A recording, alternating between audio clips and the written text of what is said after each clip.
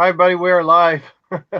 It's myself, Arsenal Fan Circle Ray, and as usual, my co-host Mahir Abrams from Gundit News.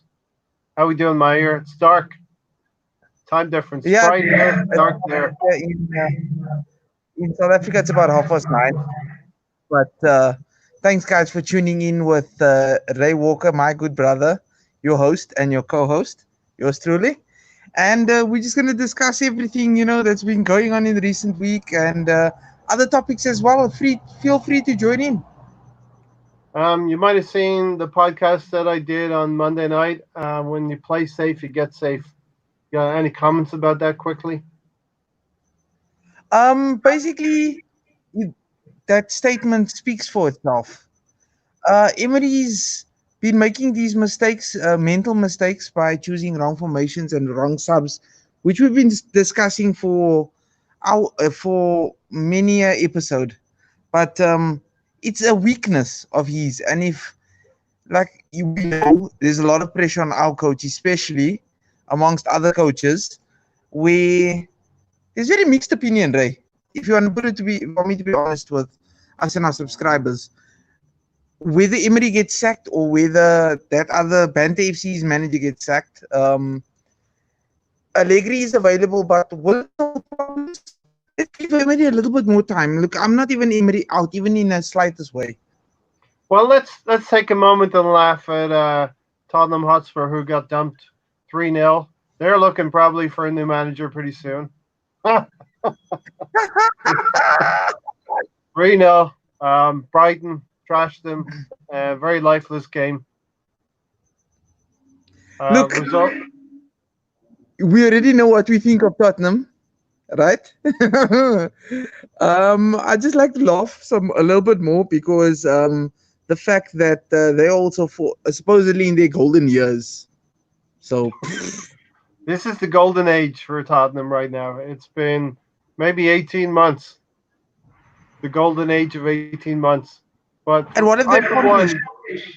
I am not Pochettino out. I am Pochettino in. Oh yes, sir.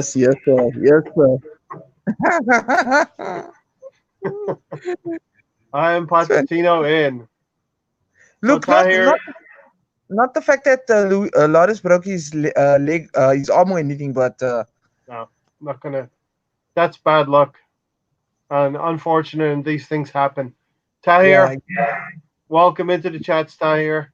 I believe you're the cuz. My good cousin, my first cousin, is joining us, regularly now. Not only that he's my cousin and it's biased, but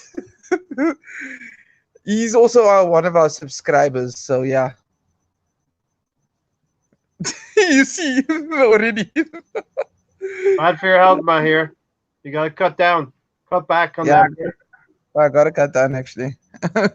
Listen, circling back to that Manchester United game, I've got a question for you. Do you think there's less goodwill towards Unai Emery this season? Because last season we lost against Manchester City and Chelsea, and then we went on a 22-game unbeaten run. The only team that we've lost to this season is Liverpool. So, don't you think the two seasons are kind of similar? To be honest with you, it's heartbreaking, and to our subscribers as well. The heartbreaking fact is that you can't see the mistakes that he's making, man. This began when we could have gotten into Champions League by 1 point. Literally, we could have won the last game of the season. Never mind the other results.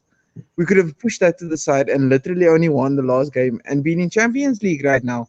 Mm-hmm. And that brings, obviously, you can get an Umtiti, possibly you can get a Upamecano for a reasonable amount. I mean, and with that back line, including with like the Tierney and the Bellain, and the rest of them, like the Rob Holdings and the not even the Socrates and Louise, but I've noticed the mentality. It's a big problem. It's a big problem with our coach. We're setting up more defensive than anything else. I mean, who says I want to set up? Not literally saying it, but who wants to set up defensively with to get the draw, to get a draw instead Yeah. of going gung ho and losing. But we're not on their back because they played well, basically, like that. And as you know, my here, I texted you. I talked to you earlier during the week, actually. Yeah. I was looking ahead, like any fan does. I was looking ahead to our next 9 games, and I said to myself, maybe Emery does the same thing because he's thinking, gets a draw from Manchester United, and now we have a schedule where we can win some games. So he went a little bit scared at Old Trafford. Old Trafford. But you take advantage, not only in a soccer sense, in a business sense. If an opportunity comes to you and you don't take it, it's gone. It's Yeah, gone. And then if you possibly capitulate later on in the season, we look back at these results and we say, seriously, there's 2 points there, there's 2 points there, there's 2 points there, there's 2 points there. They add up very, very quickly, yeah. and it's the difference between making Champions League or playing in the Europa for one more season. And how bad were that Manchester United? How bad was that Manchester United team? They're for the Really, taking, right? it was really there for the taking, Ray. Honestly, like I couldn't believe my eyes that we couldn't take advantage of a dire situation, and we do this actually with Brand FC almost every season, every game that we play them. Yeah. Let's leave it there, and we'll jump ahead to the fixtures today. Like we laughed about already. Tottenham lost 3-0 after that 7-2 capitulation in Champions League. Speak a little bit about 7-2 and the 3-0 today. All I can say is Gnabry. Serge, Look, yeah, I mean, he even tweeted North London is red or London is red, literally. And like, it's good to see a fellow Gooner hitting his form or hitting his peak. And I mean, at that time, realizing he its wasn't potential. performing. Yeah, he wasn't performing at that time, if we're honest. West Brom, Werder Bremen, and I think it was Wolfsburg or a Yeah, another German team. And like, he was at West Brom was he was put in a bad position at West Brom. But Tahir has said we need to get the win tomorrow to secure third. We can jump from sixth place up to third now, Tahir, with a win tomorrow versus Bournemouth. Um, some other results have gone our way today as well. I see somebody could have gone to rid of I think it was West Ham. West Ham took the lead only to lose 2-1 to Crystal Palace. Um, but Bournemouth tomorrow. And let's talk about what kind of team are you expecting against Bournemouth tomorrow? Are you expecting? Okay, let's talk about what you're expecting to see and then what you're hoping to see tomorrow. What kind of players, given, we'll talk about Standard Liege in a moment. Given that lineup on Thursday night versus the lineup on Monday night, what kind of team do you think Unai Emery is going to pick personally? Personally, Ainsley Maitland now at right back. Kolasinac on the left, Socrates and Mustafi or Socrates and Luis in the middle. Um, Setting up defensively in the middle with a Guendouzi and a Xhaka. The And untouchable, our untouchable captain will be in place again tomorrow.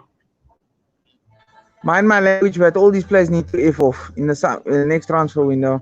I don't want to see them. I don't want to see them in front of my eyes. Because Emery is putting more pressure on himself. Do you understand, Ray? Why put yourself in a difficult situation when certain things make obvious sense? Front line that I'm expecting from our coach is Pepe, Aubameyang, Reece Nelson. Um, what I'm hoping, Ray, Okay, I would like to hear what that's you thinking right now, but straight swap. Europa League team, Europa League team in the Premier League, yeah, Premier League team in the Europa. yeah. Because Well, oh, let's address the subject of this podcast.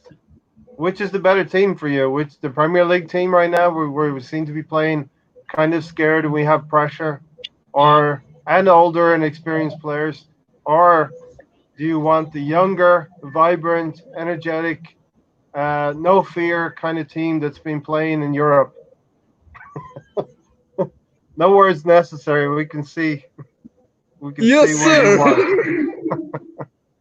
want. The likes You of ready? Martinelli. Now, would you like to see Martinelli in the team, like London Old School said? Yes. Oh yeah, London Old School, 100%. Because energetic. You know, the subtle art of not giving a. I know it's a family show. The subtle art of not giving a damn, basically. Okay, right? It goes throughout. These kids do not give a damn. The Hmm. passion and heart and the love of wanting to play in the first team. Surely, come on. Surely, Emery, you're not going to be stupid enough to not play that exact squad. With a few changes, maybe a Saka if you don't want Martinelli as left or a replacement striker or second striker. Um, Joe Willock with Torreira and Ceballos. The team we played in the week, as my cousin said, the team we played in Hmm. the week, straight swap. Ray, you and I were doing cannon fodder last night, or while I was in the chats, and I'm sure you saw my comment when I said just swap the team straight. Just Please, swap the team do it straight. Exactly. Not so much sense, you know. I think London Old School. We're going to see Martinelli. Saka got into the first team after having a strong European game in Frankfurt. So I do think Martinelli will start tomorrow alongside Aubameyang. Now let's address Pepe. I think he needs to stay in the team and find his groove. There's no need to stress out yet, is there, about Pepe? That.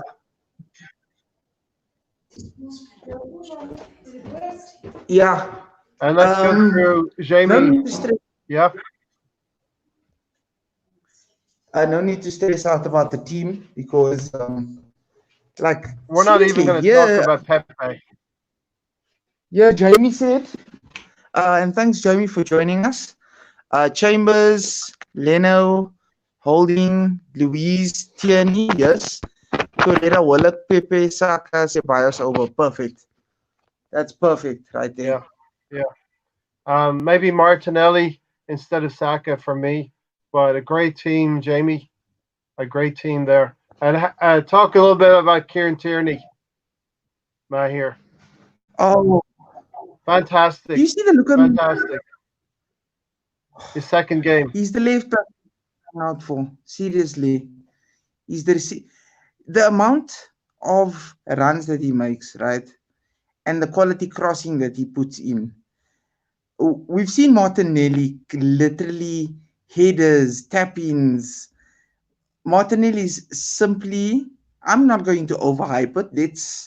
Let's get everything We might correct a little bit. there. Probably a little bit, yes. But let's give He the guy deserves time to it. shine. He deserves it. Like me and you would discuss this. We discuss lineups and games and everything else in between. And even I would prefer Martinelli over Saka because yes, you don't want to knock the kid's confidence, but maybe bring him on off the bench or something, as a different sort of option. But personally, Martinelli would be my choice for the left hand side. I'm not sure who's Yeah, on I the mean, right hand side. Pepe, Mahir, they've but got the news. They're both 18 years old, right? So they can bring no fear to the team. Bring a couple of different things, actually. I think Martinelli might actually be more tenacious in the tackle and tackle back a little bit more. Saka, Saka's definitely got it going forward. He can draw yellow cards and fouls from defenders. So a little bit of trickery. And they're both I going love to it. focus And on the left side. the fact that Martinelli is pacey and he likes dribbling and taking on, like Saka, it's got a bit more tenacity, as you said. London Old School, Tierney was a great buy. Worth every penny of what we paid Celtic for. And if anything, we probably underpaid a little bit in the end because he's going to be that good. looking at the Chilwell and Robertson, I think Tierney has the potential to be better than both of those. And Chilwell is a Look, pretty decent left back. Robertson's a pretty good left back as well, but I think Tierney can be better. you know those type defenders are actually some of the best in the world right now. Yeah, and when they release the combined 11, like when the media talk or the papers at the end of the year, they have a combined 11. Would Tierney not be a great shout to be in that team alongside maybe Aubameyang at the end of the season? Most definitely, if he can So continue. good evening, Alex. Thanks for coming in. Really appreciate you. Um, yeah, so we have the potential tomorrow to get 3 points. I think we need to bring some of the younger players in. And listen, here's what I would like to do with the team tomorrow. I'd like to have Bern Leno in goal, Bellerin. This is my wish list: Bellerin, Chambers, Holding, Tierney. Play Torreira and Willock together. Ceballos in front of the strikers, with Martinelli on the left, Aubameyang and Pepe. So it is a great problem to have that London Old School has said. Both great players, Saka and Martinelli. Good selection problem. Mahir, let's move on to our captain now. Number one captain has been named Granit Xhaka. What's the best way to minimize his deficiencies and the best way to accentuate his qualities? Is it Selling, solely? And here's what I think. I think we need to play Torreira alongside him in the correct position. this is the way to minimize his deficiencies. It Selling to doesn't involve kidnapping. It does not involve kidnapping. no, selling him to a club in Europe isn't kidnapping. Sell him to any club in the world. I want a football solution from you. Okay, sell him to a club in South Africa. Yeah. I think Granit Xhaka, his problems can be minimized by having Torreira close to him in front of that back four, to mop up his mistakes, to hide his mistakes in midfield, and have Torreira close to break up the play if Xhaka doesn't make a tackle. Now, I can't legislate for a two-footed challenge in the penalty box, giving away a penalty like the North London Derby, but I think Torreira would minimize his issues in that way. You just gave the solution to the problem. Joe Willock. Joe Willock Joe is the Willock. answer. Joe Willock is the answer. And he played very effectively alongside Torreira at midweek against Standard Liege. Let's talk a little bit. We've danced around Martinelli a little bit, but how good can this player be? He has the potential to be the next young superstar striker. That's not overhyping it. I'm just saying, if he can continue his consistency, one step at a time, one step at a time, one step at a time, he could be our replacement once Aubameyang is no longer available and Lacazette is no longer available. Do you understand? Then Yeah, you which may, will happen in a couple of years, then at maybe least you two look at years for Aubameyang. then by that time he'll have developed into, I hope, one of the best strikers in the Premier League. It would be nice to come back to a previous episode of a podcast and be like, our subscribers like, my G, come on, how did you see that? Like, We yeah. featured Martinelli when he was scoring 2 goals for the first time as a teenager in the Europa League, I believe. And the funny thing is, right? Hmm. At, at that time when we bought him, I had no idea who he was. He had no Hmm. Hmm. recognizable games to his name. I think he played 3 or 4 senior appearances for the club we bought him from. And Alex is just saying now, Martinelli is an absolute gem, but let's not burn him out. That is true, Hmm. but he looks to show like he wants it, man. These hungry players, these young players, honestly don't. They're not in a with the older heads, Socrates, Xhaka, Socrates, Xhaka, Luis.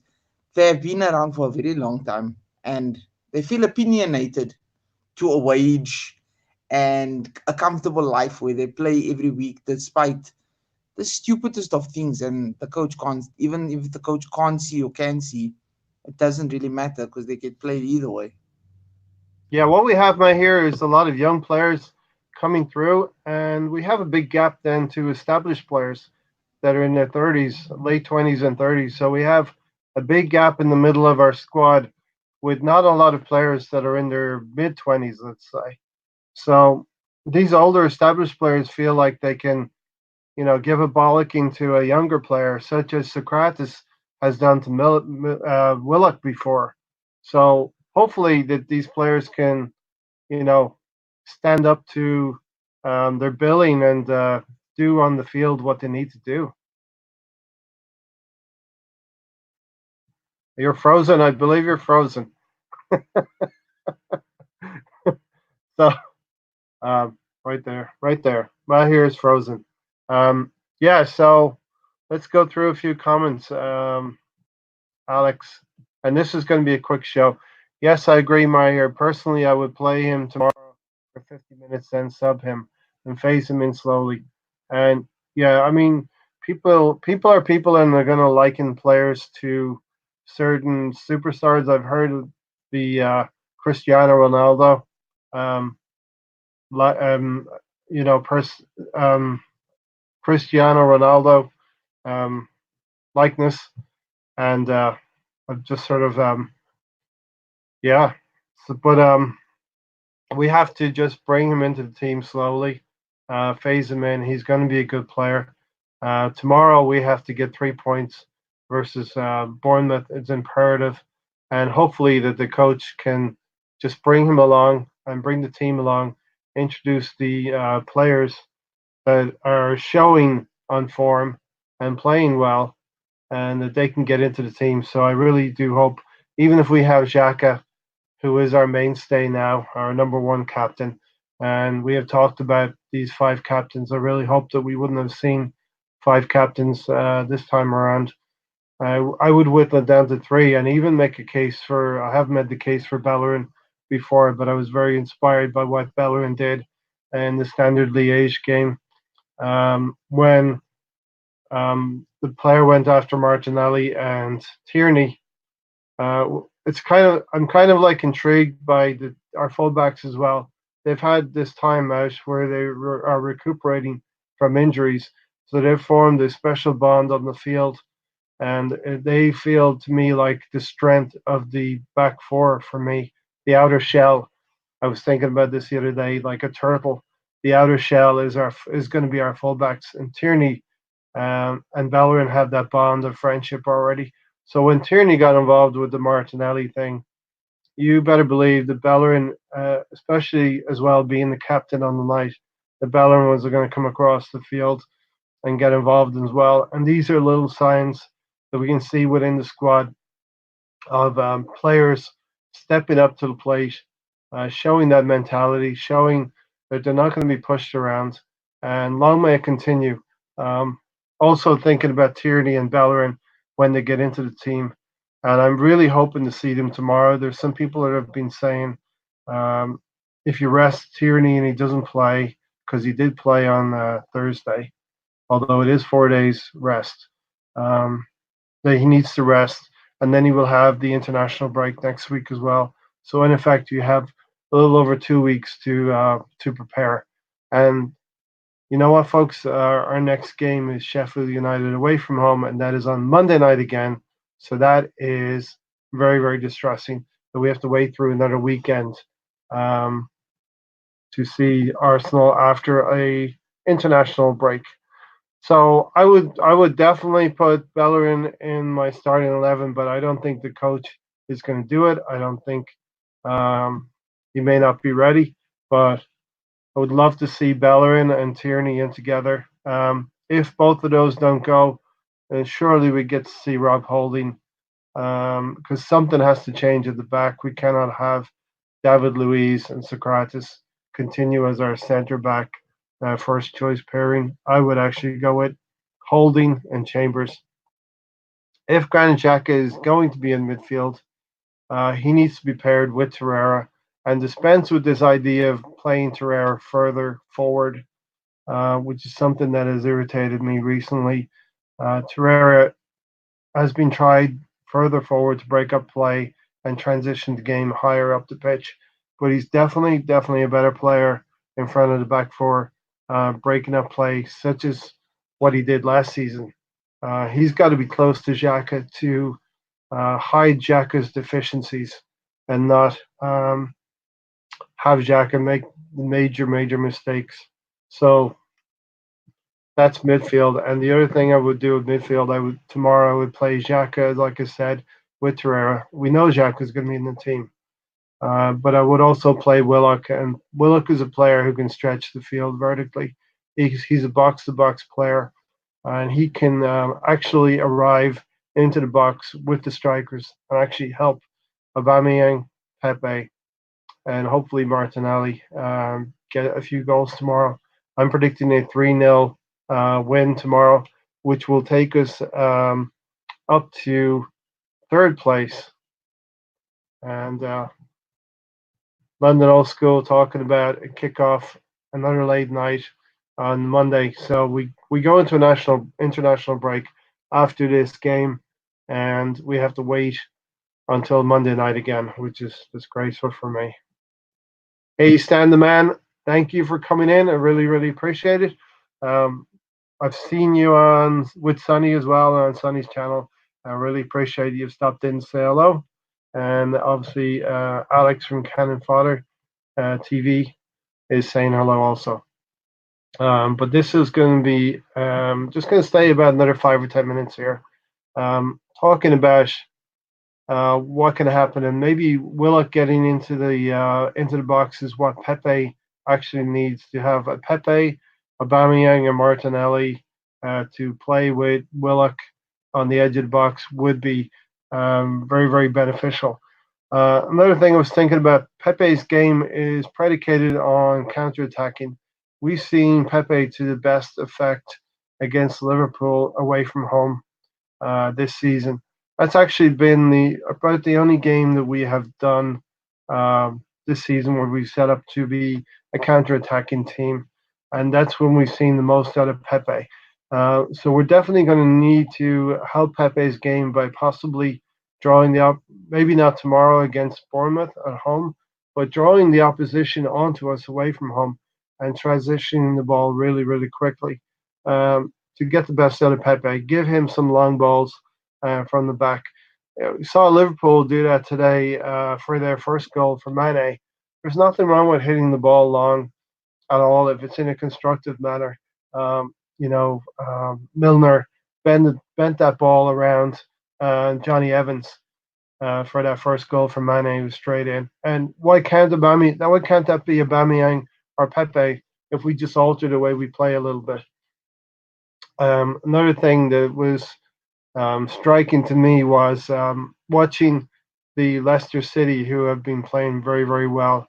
And I predicted one of those mid-table teams will finish in the top six and possibly push into the top four. I wasn't quite sure who it was going to be. I thought it'd be Wolverhampton this season, but I know Manchester United are going to drop down. They're not going to be in the top four, so one of those teams is going to push in. It looks like Leicester City, and say what you like about Brendan Rodgers, he's definitely got that team playing very well right now. And another thing that struck me was the fan base turned their noses up a little bit at Johnny Evans. Is Johnny Evans is David Luiz better than Johnny Evans? We could have easily gotten Johnny Evans maybe a season ago. But I'm not quite sure if David Luiz is better than Johnny Evans. Just something to think about. So Stan the Man, Cannon Fodder TV, all good here, especially waking up and seeing the Spurs Brighton result. So we definitely, it's the Spurs team is bringing a smile to all of our faces right now. Um, yeah, we 7-2 at midweek and now 3-0 away to Brighton. They're definitely in some slippery slopes, and but I do want it to continue. I don't want Pochettino to be sacked. Obviously, I think he's doing a great job there, and long may it continue. I do not want them to go and get Allegri or for Pochettino to go to Manchester United, because the trajectory of Manchester United and Tottenham are going very very well for us this season. But so Alex says, yes, there's definitely something not right over there with the Spurs. Alex, you have a player who this doesn't happen very often. A player who leaves and goes to Spain. That doesn't happen very often. So for I forget his name. You can tell me the right back. He's the England right back, I believe. Moved to Spain, and there was some murmurings about something not being right at Tottenham. So things are starting to happen. Um, the empire is crumbling. The dynasty is crumbling, and Cannon Potter has predicted that Pochettino will not last until Christmas. It's probably very true, Alex. Um, yes, Stan the Man. I was reading an article with Alan Sugar pleading for Arsenal to come in and take over from Pochettino, and I saw on Twitter James Rowe tweeted about it as well. I it would be very very hard. I don't think that Arsene Wenger would do that, but it just depends on what terms Arsene Wenger left Arsenal under. If it was under a cloud, under some kind of a bad blood, then it's possible, I guess, you know. But London also is hearing maybe Mourinho to Spurs. So definitely a lot's going to happen. Keep your eyes and ears open for what's happening with Tottenham. I would like it to continue for a little bit longer. Um, who wanted to talk about the Leicester City Liverpool game? Leicester City are definitely a worthy contender for top four right now. They're playing really, really well, and Brendan Rodgers has them playing very well. I think they were unlucky not to at least get a draw today. They showed ambition. They played a little bit on the counter attack, something like that we did against Liverpool, and the same kind of result happened because on 40 minutes, like us against Liverpool, they conceded, and we also conceded on 40 minutes, and before looking like the better team. Alex, there's some talk about the terrible one going over to Spurs and managing them. Um, Mourinho, by the way, as if we didn't know. But who thought that that was a penalty? I think it's getting a little bit disgraceful now. Players are starting to dive for penalties. They're just starting to feel the smallest amount of contact and going down in the penalty box. I know this has been happening over the last few seasons, but that Mane incident, it was definitely, for me, it was a dive. Yes, there was contact, but was it enough contact to stop the player from continuing in the penalty box? For me, it was not enough contact to stop the player moving forward. I did a quick poll on Twitter. It was a 4 minute poll because the feed on Twitter is very, very quick. I think 8 people voted, and 7 out of 8 thought it was a dive, and one person thought it was a penalty. But let's move forward. We have a great opportunity tomorrow. Join us tomorrow. We will be previewing the Bournemouth game. I want to thank everybody for coming in on this quick broadcast. London Old School, thanks for coming in.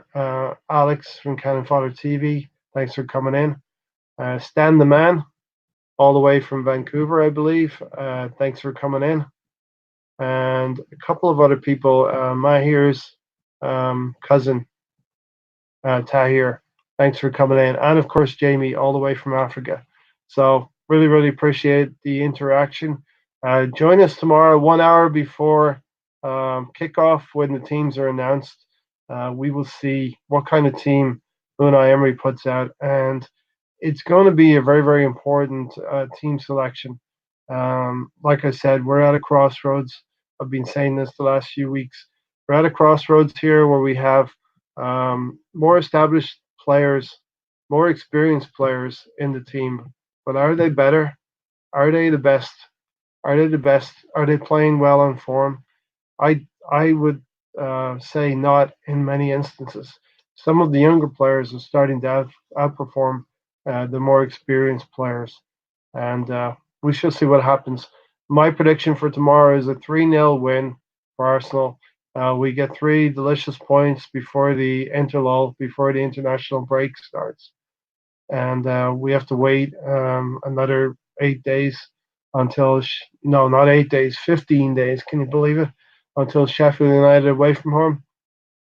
We definitely have our tribulations away from home, but playing at home at the Emirates, we should be very strong. Against Bournemouth, I believe we should win 3-0. London Old School is predicting a 4-1 win. And join me tomorrow, 1 hour before kickoff, when we go over the lineup with Gundit News and myself. And then also join us approximately 35 to 40 minutes after the end of the game. We'll be having a post-game show as well. So until then, thanks everyone for coming in and watching. Really, really do appreciate it. If you're watching on playback, hit that like button. I know you've been sharing some of the stuff as well. Really, really do appreciate that. And also hit that subscriber button if you're new around here. I will see you guys tomorrow. Come on, you Gunners. Today has been a good day. Any day that Tottenham loses 3-0, home or away, is a good day. Come on, you Gunners. And we'll talk to you all tomorrow morning.